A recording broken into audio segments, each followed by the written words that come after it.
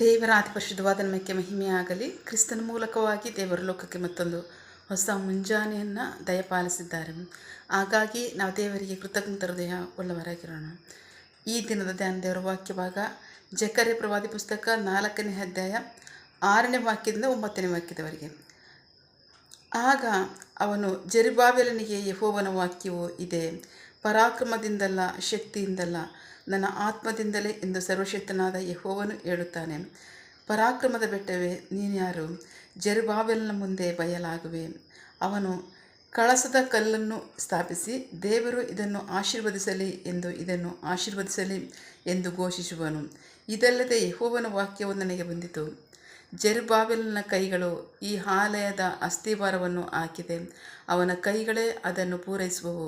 ಆಗ ಸರ್ವಶಕ್ತನಾದ ಯೆಹೋವನು ನನ್ನನ್ನು ನಿಮ್ಮ ಬಳಿಯೇ ಕಳಿಸಿದ್ದಾನೆಂದು ತಿಳಿಯುವಿರಿ. ದೇವರಿಗೆ ಸ್ತೋತ್ರ. ನಾವು ವಾಕ್ಯ ಭಾಗ ನೋಡ್ತಾ ಇದ್ದೀವಿ. Prophet Zechariah chapter 4 word 6 to 9.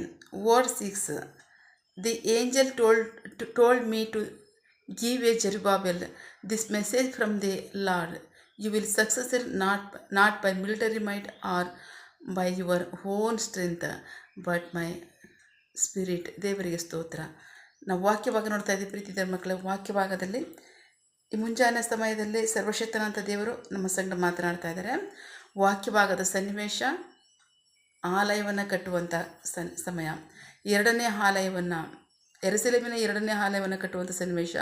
ಆ ಸನ್ನಿವೇಶದಲ್ಲಿ ಜೆರುಬ್ಬಾಬೆಲನಿಗೆ ದೇವರ ವಾಕ್ಯ ಬರ್ತಾ ಇದೆ ಪ್ರವಾದಿ ಮೂಲಕವಾಗಿ.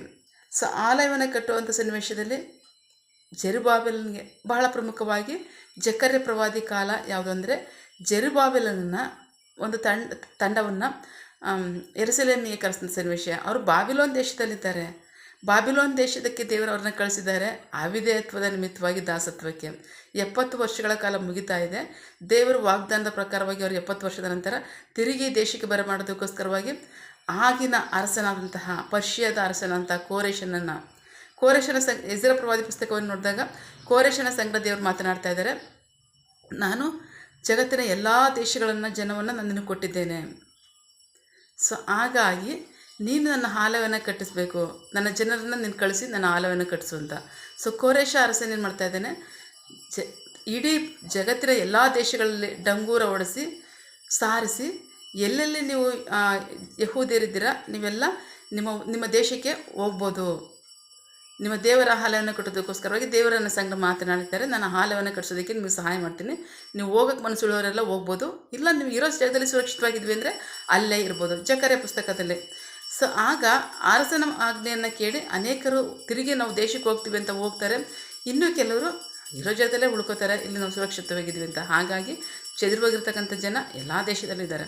ಸೊ ಈಗ ಆಲಯವನ್ನು ಕಟ್ಟೋದಕ್ಕೆ ದೇವರು ಕೋರೆಷ ಅರಸನಿಗೆ ಪ್ರೇರೇಪಣೆ ಕೊಟ್ಟ ನಿಮಿತ್ತವಾಗಿ ಕೋರೆಷ ಅರಸನು ಬಹಳ ದೊಡ್ಡ ಕಾಣಿಕೆಗಳ ಜೊತೆಗೆ ದೇವಾಲಯವನ್ನು ಕಟ್ಟೋದಕ್ಕೆ ಬೇಕಾಗಿರ್ತಕ್ಕಂಥ ಸಮಸ್ತ ವಸ್ತುಗಳ ಜೊತೆಗೆ ತಂಡವಾಗಿ ಜನರನ್ನು ಕಳಿಸ್ತಾ ಇದ್ದಾರೆ. ಅದರಲ್ಲಿ ಮೊದಲನೇ ತಂಡ ಜೆರುಬ್ಬಾಬೆಲನ ನಾಯಕತ್ವ. ಜೆರುಬ್ಬಾಬೆಲನ ನಾಯಕತ್ವದಲ್ಲಿ ಬಂದಂಥ ತಂಡದಲ್ಲಿ ಅವ್ರು ಬಂದು ಇಲ್ಲಿ ನೆಲೆಸ್ತಾರೆ, ಬಟ್ ಆಲಯವನ್ನು ಕಟ್ಟೋದಕ್ಕೆ ಅವ್ರಿಗೆ ಭಯ ಇರುತ್ತೆ. ಯಾಕೆಂದರೆ ಅಲ್ಲಿ ವಾಸ ಮಾಡ್ತಕ್ಕಂಥವ್ರು ಉಳಿದಿರ್ತಕ್ಕಂತಹ ಸಹ ಜನರೇ ವಾಸ ಮಾಡ್ತಿರ್ತಾರೆ, ಅವ್ರ ಜೊತೆಲಿ ಅನೇಕರು ಬೇರೆ ಬೇರೆ ಜನರು ಬಂದು ಸೇರಿಕೊಂಡು ವಾಸ ಮಾಡ್ತಿರ್ತಾರೆ. ಇವರಿಗೆ ಆಲಯವನ್ನು ಕಟ್ಟೋದಕ್ಕೆ ತಡೆ ಉಂಟಾಗುತ್ತೆ, ಭಯ ಇರುತ್ತೆ. ಭಯಪಟ್ಟಂಥ ಸನ್ನಿವೇಶದಲ್ಲಿ ದೇವರು ತನ್ನ ಪ್ರವಾದಿಗಳ ಮೂಲಕವಾಗಿ ಜೆರುಬ್ಬಾಬೆಲನ ಬಲಪಡಿಸ್ತಾ ಇದ್ದಾರೆ. ಆಗ ಜೆರುಬ್ಬಾಬೆಲನ ಕಾಲಿನ ಪ್ರವಾದಿಗಳರು ಜಕರ್ಯ ಮತ್ತು ಹಗ್ಗಾಯ ಪ್ರವಾದಿ. ಹಗ್ಗಾಯ ಪ್ರವಾದಿ ಮೂಲಕವಾಗಿ ಜೆರುಬ್ಬಾಬೆಲನ ಮತ್ತು ಜನರನ್ನು ಬಲಪಡಿಸ್ತಾ ಇದ್ದಾರೆ. ಸೊ ನೀವು ಭಯಪಡಬೇಡ್ರಿ, ನಿಮ್ಮ ಶಕ್ತಿ ಬಲದಿಂದ ನೀವು ಆಲಯವನ್ನು ಕಟ್ತೀನಿ ಅಂತ ತಿಳ್ಕೊಬೇಡ್ರಿ. ನಿಮ್ಮ ಶಕ್ತಿ ಬಲವಲ್ಲ, ದೇವರ ಆತ್ಮನ ಬಲದಿಂದ ಇದು ಸಾಧ್ಯ. ದೇವರು ಈ ವಾಕ್ಯವನ್ನು ನುಡಿದಿದ್ದಾರೆ. ಅಷ್ಟು ಮಾತ್ರ ಅಲ್ಲ, ದೇವರು ದೇವಾಲಯವನ್ನು ಕಟ್ಟೋದಕ್ಕೆ ಮನಸ್ಸುಳ್ಳವರಾಗಿದ್ದಾರೆ. ಸೊ ಹಾಗಾಗಿ ಈ ಕಾರ್ಯವು ನಿಮ್ಮಿಂದ ಆಗ್ತಾ ಇಲ್ಲ, ದೇವರಿಂದಲೇ ಆಗುತ್ತೆ, ಬಟ್ ನಿಮ್ಮ ಮೂಲಕವಾಗಿ ಮಾಡಿಸ್ತಾರೆ ಅಂತ ಹೇಳ್ತಾರೆ. ದೇವರಿಗೆ ಸ್ತೋತ್ರ. ಸೊ ಆಲಯವನ್ನು ಕಟ್ಟೋದಕ್ಕೆ ಅಸ್ತಿವಾರ ಹಾಕಲ್ಪಡ್ತಾ ಖಂಡಿತವಾಗ್ಲೂ ಅವರ ಭಯದಿಂದ ಅಲ್ಲ, ದೇವರ ಆತ್ಮನ ಬಲದಿಂದ ಈ ಕಾರ್ಯ ಆರಂಭವಾಗುತ್ತೆ. ದೇವರಿಗೆ ಸ್ತೋತ್ರ. ನಾವು ನೋಡ್ತಾ ಇದ್ದೀವಿ ಜಕರ್ಯನ ಪುಸ್ತಕದಲ್ಲಿ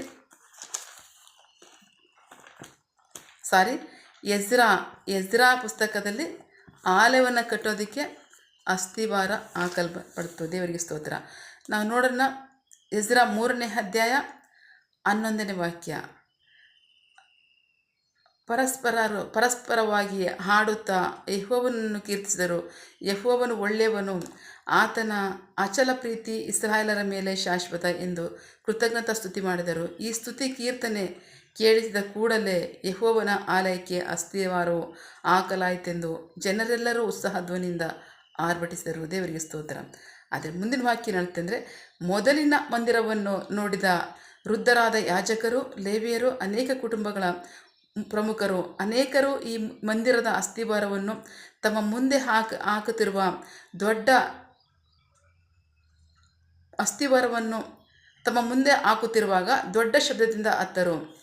ಜನರು ಹೀಗೆ ಮಹಾಧ್ವನಿಯಿಂದ ಆರ್ಭಟಿಸುತ್ತಾ ಇದ್ದುದರಿಂದ ಹರ್ಷಧ್ವನಿ ಯಾವುದು, ಅಳುವ ಧ್ವನಿ ಯಾವುದು ಎಂದು ಹೇಳಲಾಗಲಿಲ್ಲ.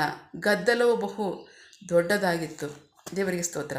ಆದರೆ ವಾಕ್ಯಭಾಗ ನೋಡ್ತಾ ಇದ್ದೀವಿ, ಜನರು ಯಾಕೆ ಹೇಳ್ತಾ ಇದ್ದಾರೆ ಅಂತಂದರೆ, ದೇವರು ತಿರುಗಿ ನಮ್ಮನ್ನು ಈ ಸ್ಥಳಕ್ಕೆ ತಂದರು. ಅಷ್ಟು ಮಾತ್ರ ಅಲ್ಲ, ಆಲಯವನ್ನು ಕಟ್ಟೋದಕ್ಕೆ ಸಹಾಯ ಮಾಡಿದ್ರು ಅಂತ. ಬಹಳ ಪ್ರಮುಖವಾಗಿ ಅಷ್ಟು ಮಾತ್ರ ಅಲ್ಲ, ಅಷ್ಟು ದೊಡ್ಡ ಆಲಯ ಇತ್ತು, ಆ ಆಲಯ ನಾಶ ಮಾಡಿದ್ರು. ಈಗ ತಿರುಗಿ ನಾವು ಅಂಥ ಆಲಯವನ್ನು ನಮ್ಗೆ ಕಟ್ಟೋಕ್ಕಾಗುತ್ತಾ? ಇಷ್ಟು ಸಣ್ಣದಾಗಿ ನಾವು ಅಸ್ತಿವಾರವನ್ನು ಹಾಕ್ತೀವಲ್ಲ ಅಂತ ಜನರು ಕೆಲವರು ಸಂತೋಷ ಪಡ್ತಾರೆ, ಕೆಲವರು ದುಃಖಪಟ್ಟು ಆಳ್ತಾರೆ. ಕಾರಣ, ಸೊಲೊಮೋನ ಅರಸನ ಕಟ್ಟಿದಂಥ ಆಲಯ ಮಹಾವೈಭವದ ಆಲಯ. ಆ ಮಹಾವೈಭವದ ಆಲಯವನ್ನು ನೋಡಿದಂಥ ಜನ, ಇಷ್ಟು ಚಿಕ್ಕದಾಗಿ ನಾವು ಅಸ್ತಿವಾರವನ್ನು ಹಾಕ್ತಿದ್ದೀವಲ್ಲ, ನಾವು ಎಂಥ ಆಲಯ ಕಟ್ಟೋಕ್ಕೆ ಸಾಧ್ಯ? ಆ ಮಹಾ ಆಲಯ ನಾಶವಾಯ್ತಲ್ಲ, ನಾಶಪಡಿಸ್ತಾರಲ್ಲ ದೇವರು ಅಂತ ಆಳ್ತಾ ಇದ್ದಾರೆ. ಆದರೆ ದೇವರು ಏನು ಹೇಳ್ತಾರೆ ಗೊತ್ತಾ? ಹಗ್ಗಾಯ ಪ್ರವಾದಿ ಮೂಲಕವಾಗಿ, ಹಗ್ಗಾಯ ಪ್ರವಾದಿ ಪುಸ್ತಕ 2ನೇ ಅಧ್ಯಾಯ 9ನೇ ವಾಕ್ಯ. Prophet Haggai chapter 2 word 9. ಈ ಆಲಯದ ಮುಂದಿನ ವೈಭವವು ಇಂದಿನ ಮಹಿಮೆಗಿಂತ ವಿಶೇಷವಾಗಿರುವುದು ಎಂದು ಸರ್ವಶಕ್ತನಾದ ಯೆಹೋವನು ಹೇಳುತ್ತಾನೆ. ಈ ಸ್ಥಳದಲ್ಲಿ ಸಮಾಧಾನ ಕೊಡುವೆನು ಎಂದು ಸರ್ವಶಕ್ತನಾದ ಯೆಹೋವನು ಹೇಳುತ್ತಾನೆ. ದೇವರಿಗೆ ಸ್ತೋತ್ರ. ಇಂದಿನ ಆಲಯ ಮಹಾವೈಭವದ ಆಲಯ ಆಗಿತ್ತು ನಿಜ, ಆದರೆ ಈ ಆಲಯ ಮಹಿಮೆಯ ಆಲಯವಾಗಿರುತ್ತೆ. ನನ್ನ ಮಹಿಮೆ ಇಲ್ಲಿ ಯಾವಾಗಲೂ ಇರುತ್ತೆ, ನನ್ನ ಸಮಾಧಾನ ಇಲ್ಲಿ ಯಾವಾಗಲೂ ಇರುತ್ತೆ ಅಂತ ಹೇಳ್ತಾರೆ ದೇವರಿಗೆ ಸ್ತೋತ್ರ. ಸೊ ಹಾಗಾಗಿ ಪ್ರೀತಿ ದೇವ್ರ ಮಕ್ಕಳೇ, ನಮ್ಮ ಶಕ್ತಿ, ನಮ್ಮ ಬಲವನ್ನು ಜಕರ್ಯ ಪ್ರವಾದಿ ಪುಸ್ತಕ 4ನೇ ಅಧ್ಯಾಯದಲ್ಲಿ 6ನೇ ವಾಕ್ಯ ಹೇಳೋ ಪ್ರಕಾರವಾಗಿ, ನಮ್ಮ ಶಕ್ತಿ, ನಮ್ಮ ಬಲವನ್ನು ದೇವರು ಎಂದಿಗೂ ಉಪಯೋಗಿಸಲ್ಲ. ಬೈಬಲಲ್ಲಿ ಯಾವ ಮನುಷ್ಯನ ಶಕ್ತಿಯನ್ನು, ಬಲವನ್ನು, ಜ್ಞಾನವನ್ನು ಅವರು ಉಪಯೋಗಿಸಿಲ್ಲ. ಯೇಸು ಕ್ರಿಸ್ತರೇ ತಂದೆ ಆಗಲಿ ಬರುವವರೆಗೂ 30 ವರ್ಷಗಳವರೆಗೆ ಸಾಮಾನ್ಯವಾಗಿ ಜೀವಿಸಿದ್ದಾರೆ. ತಂದೆ ಆಗಲಿ ಬಂದಾಗ ಅವರು ಶಕ್ತಿಯನ್ನು, ಮಹಿಮೆಯನ್ನು ಪ್ರಕಟಪಡಿಸಿದರು. ಸೊ ಹಾಗಾಗಿ ಶಕ್ತಿ, ಬಲ, ಜ್ಞಾನವನ್ನು ದೇವರು ಎಂದಿಗೂ ಉಪಯೋಗಿಸಲ್ಲ. ಅಂದ್ಕೋಬೋದು, ನಮ್ಮ ಅಲ್ಪವಾದ ಜ್ಞಾನ, ನಮ್ಮ ಅಲ್ಪವಾದ ಬಲ, ಅಲ್ಪವಾದ ಶಕ್ತಿಯಿಂದ ನಾವೇನನ್ನು ಸಾಧಿಸ ಏನೂ ಮಾಡ್ಲಿಕ್ಕೆ ಸಾಧ್ಯವಿಲ್ಲ ಅಂತ ನಮ್ಮಲ್ಲಿ ಬಹಳ ಜನರು ನಿರಾಸೆಯಿಂದ ಮೌನವಾಗಿರೋದನ್ನು ದೇವರು ನೋಡ್ತಾರೆ. ದೇವರಿಗೆ ಸ್ತೋತ್ರ. ಆದರೆ ಅವರು ಹೇಳ್ತಾರೆ, ನಿಮ್ಮ ಶಕ್ತಿ ಬಲದಿಂದ ನೀವೇನು ಮಾಡೋಕ್ಕಾಗಲ್ಲ. ನಾನು ನನ್ನ ಕಾರ್ಯವನ್ನು ಮಾಡುವಂಥ ಸನ್ನಿವೇಶದಲ್ಲಿ ಅಲ್ಪನನ್ನು ನಾನು ಉನ್ನತವಾಗಿ ಮಾಡ್ತಕ್ಕಂಥದ್ದು, ಅಲ್ಪನನ್ನು ತೆಗೆದು ಪ್ರಭುಗಳ ಸಂಗಡ ಕೂರಿಸ್ತೇನೆ ಅಂತ ಅವರು ಹೇಳ್ತಾರೆ. ಅಷ್ಟು ಮಾತ್ರ ಅಲ್ಲ, ತಿಪ್ಪೆಯಿಂದ ತೆಗೆದು ನಾನು ಸಿಂಹಾಸನದಲ್ಲಿ ಕೂರಿಸ್ತೀನಿ ಅಂತ ಹೇಳ್ತಾರೆ. ಸೊ ಅಷ್ಟು ಮಹಾಕಾರ್ಯವನ್ನು ಮಾಡಲಿಕ್ಕೆ ಆ ಮಹಾದೇವರಿಗೆ ಸಾಧ್ಯ. ಸೊ ಹಾಗಾಗಿ ನಿಮ್ಮ ಶಕ್ತಿ, ಬಲ, ನಿಮ್ಮ ಜ್ಞಾನವನ್ನು ನೀವು ಎಂದಿಗೂ ಸಹ ನಂಬೇಡ್ರಿ. ದೇವರಲ್ಲಿ ಭರವಸೆ ಉಡ್ರಿ. ಮುರಿದ ಹೃದಯವು ಯೆಹೋವನಿಗೆ ಇಷ್ಟ ಯಜ್ಞ. ನೀವು ಹೃದಯದಲ್ಲಿ ತೆಗೆಸ್ಕೋಬೇಕು. ನೀವು ದೀನರಾಗಿರಬೇಕು, ದೇವರ ವಾಕ್ಯದ ಪ್ರಕಾರವಾಗಿ ಜೀವಿಸಬೇಕು, ಯಥಾರ್ಥರಾಗಿ ಜೀವಿಸಬೇಕು, ನಂಬಿಗಸ್ತರಾಗಿ ಜೀವಿಸಬೇಕು, ಪರಿಶುದ್ಧರಾಗಿ ಜೀವಿಸಬೇಕು, ಸತ್ಯವನ್ನು ಅನುಸರಿಸಿ ಜೀವಿಸಬೇಕು. ದೇವರು ನಿಮ್ಮ ಮೂಲಕವಾಗಿ ಮಹಾಕಾರ್ಯವನ್ನು ಮಾಡ್ತಾರೆ. ನಿಮ್ಮ ಶಕ್ತಿ ಜ್ಞಾನವನ್ನು ಉಪಯೋಗಿಸಿ ಅಲ್ಲ, ನಿಮಗಿರ್ತಕ್ಕಂಥ ಬಲವನ್ನು ಉಪಯೋಗಿಸಿ ಅಲ್ಲ, ಅವರ ಶಕ್ತಿ, ಬಲವನ್ನು, ಜ್ಞಾನವನ್ನು ಉಪಯೋಗಿಸಿ ಅವ್ರ ಕಾರ್ಯವನ್ನು ಮಾಡ್ತಾರೆ. ಸೊ ಹಾಗಾಗಿ ನಂಬಿಗಸ್ತರಾಗಿ ವಾಕ್ಯಕ್ಕೆ ವಿಧೇಯರಾದರೆ ವಾಕ್ಯದ ಆಶೀರ್ವಾದವನ್ನು ನಾವು ಸ್ವಂತ ಮಾಡ್ಕೋತೀವಿ. ದೇವರು ನಮ್ಮನ್ನು ಸಹ ಮಹಾಕಾರ್ಯಕ್ಕಾಗಿ ಉಪಯೋಗಿಸ್ತಾರೆ. ಆಮೇಲೆ ಪ್ರಾರ್ಥಿಸಿಕೊಳ್ಳೋಣ.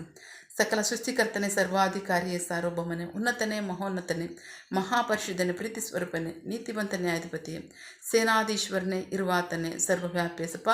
ಇದನ್ನು ವಾಕ್ಯಗಳ ಮೂಲಕವಾಗಿ ನಮ್ಮ ಸಂಗಡ ಮಾತಾಡಿದಂತಹ ನಿಮ್ಮ ಪ್ರೀತಿಗಾಗಿ, ನಂಬಿಗಸ್ತಿಕೆಗೆ ನಿಮಗೆ ಸ್ತೋತ್ರ. ಪರಾಕ್ರಮದಿಂದಲ್ಲ, ಬಲದಿಂದಲ್ಲ, ನನ್ನ ಆತ್ಮನಿಂದಲೇ ಅಂತ ಹೇಳ್ತೀರಾ, ಅದಕ್ಕಾಗಿ ಸ್ತೋತ್ರ. ಮನುಷ್ಯನ ಶಕ್ತಿಯನ್ನಾಗಲಿ, ಬಲವನ್ನಾಗಲಿ, ಜ್ಞಾನವನ್ನಾಗಲಿ ನೀವು ಎಂದಿಗೂ ಸಹ ಉಪಯೋಗಿಸಿಲ್ಲ. ಅಲ್ಪನನ್ನು ತೆಗೆದು ಉನ್ನತವಾಗಿ ಮಾಡ್ತಿದ್ದೀರಾ. ತಿಪ್ಪೆಯಿಂದ ತೆಗೆದು ಸಿಂಹಾಸನದ ಮೇಲೆ ಕೂರಿಸ್ತೀರಾ. ಈ ಮಹಾಕಾರ್ಯ ನಿಮ್ಮಿಂದಲೇ ಆಗುತ್ತೆ ಹೊರತು ಮನುಷ್ಯರ ಶಕ್ತಿಯಿಂದಲ್ಲ, ಬಲದಿಂದಲಲ್ಲ.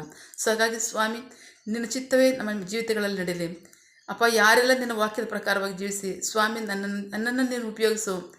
ನನ್ನ ಕಾರ್ಯವನ್ನು ನಿಮ್ಮ ಜೀವಿತದಲ್ಲಿ ಮಾಡು ಅಂತ ಯಾರೆಲ್ಲ ಬೇಡ್ತಿದ್ದಾರೆ, ನೀವು ನಿಮ್ಮ ಕಾರ್ಯವನ್ನು ಮಾಡಿ ನಿಮಗೆ ಮಹಿಮೆಯಾಗಲಿ, ಜನರಿಗೆ ರಕ್ಷಣೆ ಆಶೀರ್ವಾದ ಉಂಟಾಗಲಿ. ಆಮೇನ್. ಪ್ರಾರ್ಥನೆ ಕೇಳಿದ ಪ್ರೀತಿಗಾಗಿ ನಿಮಗೆ ಸ್ತೋತ್ರ.